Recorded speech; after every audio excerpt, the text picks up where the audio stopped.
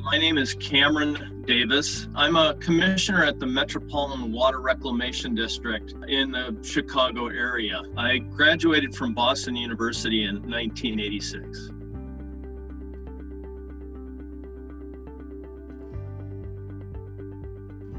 How countries behave with one another reminded me a lot of interpersonal relations. There are government institutional egos, there are sensitivities, there are other drivers involved, and so international relations to me was just fascinating, and the influence that it has on our daily lives cannot be overstated too.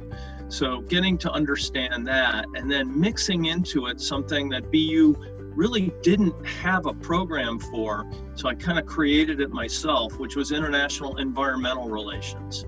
By the time I left, I was just passionate about it, I couldn't read enough, I couldn't absorb enough, and I wound up having a career doing work in binational environmental relations between the US and Canada on the Great Lakes, which has been totally addictive.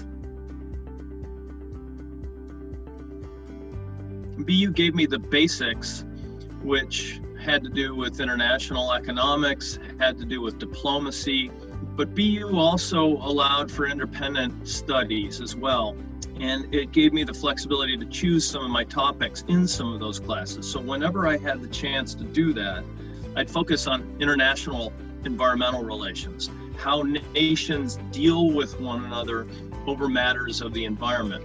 So was able to mix a budding interest in science and international relations, and package those together on my own to essentially create a pathway forward on a subject, a hybrid of a subject that just really hadn't been recognized within BU at that time.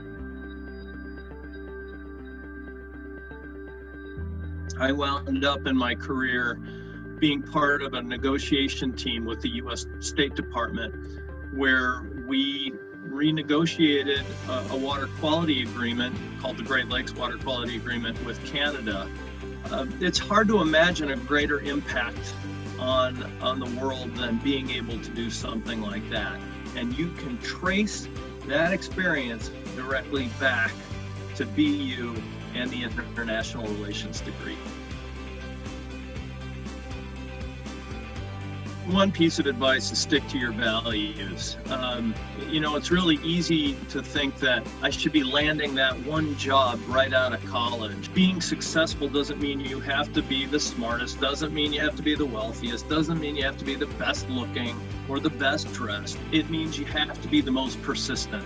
That's the number one thing, is just keep at it, be tenacious.